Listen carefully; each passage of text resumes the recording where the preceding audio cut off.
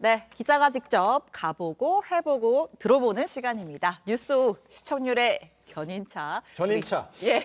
우리 박사라 보니가 나와 있습니다. 어서 오십시오. 안녕하세요. 아, 부정을 좋죠, 하지 견인차. 않네요. 예. 너무 좋아하네. 네, 아닙니다. 실제로 견인을 했습니다. 예. 어제 이 다이아몬드 만들어 보니에 이어서 오늘 또 우리 박 기자의 욕망 가득한 장소를 다녀왔다는 소문이 있더라고요. 그렇습니다. 이 절반은 맞고 절반은 틀린 얘기라고 할 수 있는데요. 예. 오늘은 인천에 있는 세관 창고에 다녀왔습니다. 아. 그러니까 속칭 짝퉁이라고 하죠. 네. 인천항으로 들어오는 각종 위조품들이 적발돼서 압수되면 이곳에 모이는데요.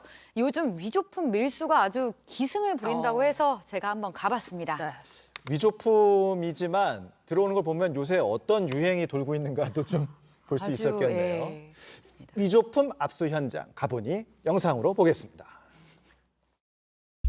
저는 지금 인천공항 압수 창고에 왔습니다. 인천공항에서 들어오는 모든 압수 물품들이 이곳에 오게 되는데요. 한번 들어가 보겠습니다. 네, 안녕하세요.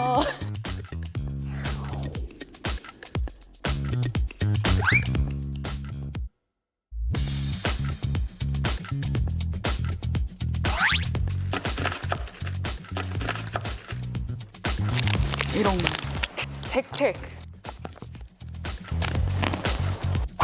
콜라보 상품도 있고.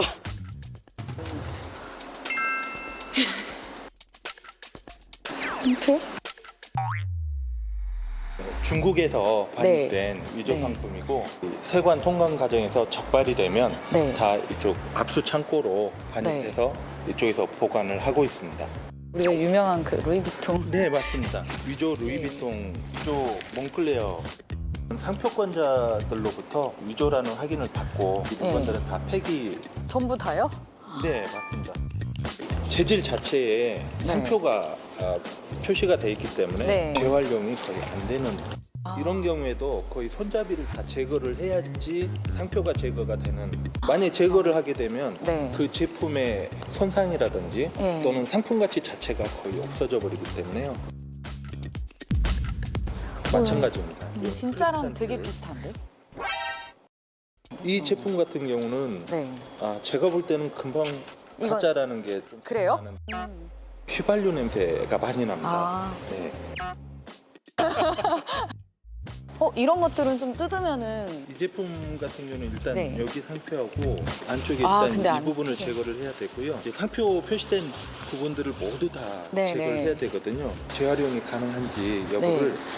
상표권자와 논의해서. 제가 지금 입고 차고 들고 있는 것들을 합하면은 한 5천만 원이 넘는데요. 이것들은 전부 모조품입니다. 얼마 뒤면은 전부 폐기될 예정입니다.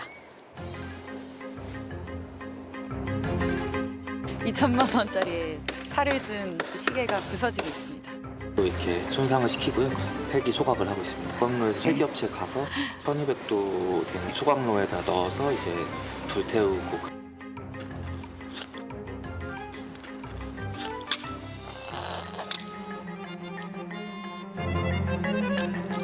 다이아도 진짜 다이아가 아닌 거죠.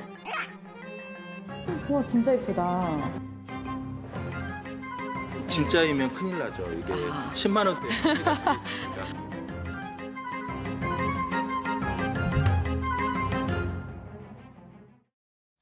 네, 아주 재밌게 봤습니다. 신난 거 보이시나요? 네.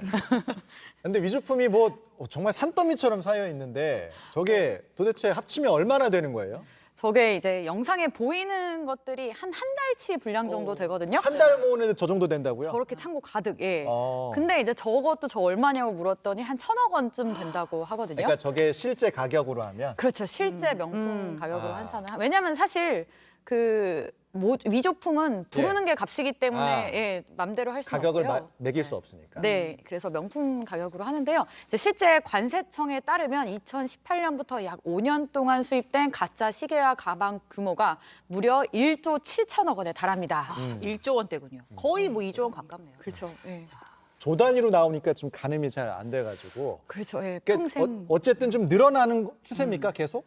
엄청나게 늘어나는 그래요? 추세인 게 이제 코로나 2년 동안에는 사실 확 줄었었거든요. 아. 그러다가 코로나 끝나고 아주 기다렸다는 듯이 쏟아지고 있습니다. 그래서 2019년에 원래 이제 4,704억 원이었다가 코로나 이제 사태 한창이던 2020년, 2021년 확 정도에는 줄었었네요. 9분의 1 정도 수준으로 확 줄었었다가요. 그러다가 지난해 다시 이제 10배 가까이 늘어난 겁니다. 4,980억 원 규모라고 해요. 근데 지금 보면 세관에서 그렇게 철저하게 단속을 하고 뭐 냄새만 맡아도 바로 알잖아요, 가짜인지. 휘발유 냄새. 네. 그런데도 계속 들어와서 유통까지 이어지는 거죠.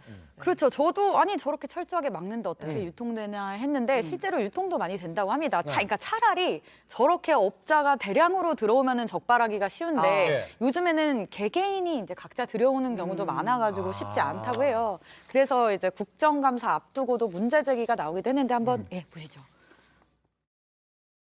해외 직구라든지 온라인 쇼핑이라든지 이런 SNS를 통한 거래는 과세 당국 규제에 사각지대에 있기 때문에 강도 높은 대책이 필요할 것 같습니다.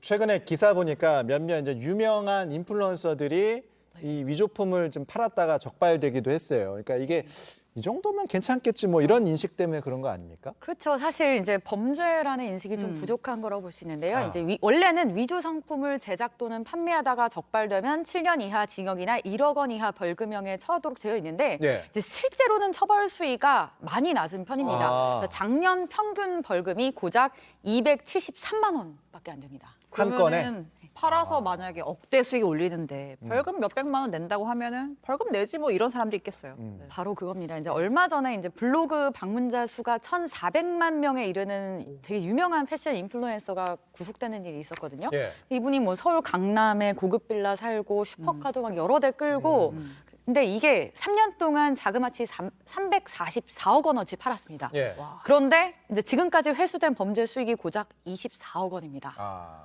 근데 이 파는 사람 일단 문제고 음. 근데 모든 게 수요와 공급 아닙니까? 네. 맞습니다. 사실 사는 사람이 없으면은 자연스럽게 이런 위조품 판매 사라질 텐데요. 이 짝퉁을 입어서라도 남들 눈에 있어 보여야겠다. 이런 어떤 허세, 허영 문화도 좀 경계해야 할 것 같습니다. 네, 알겠습니다.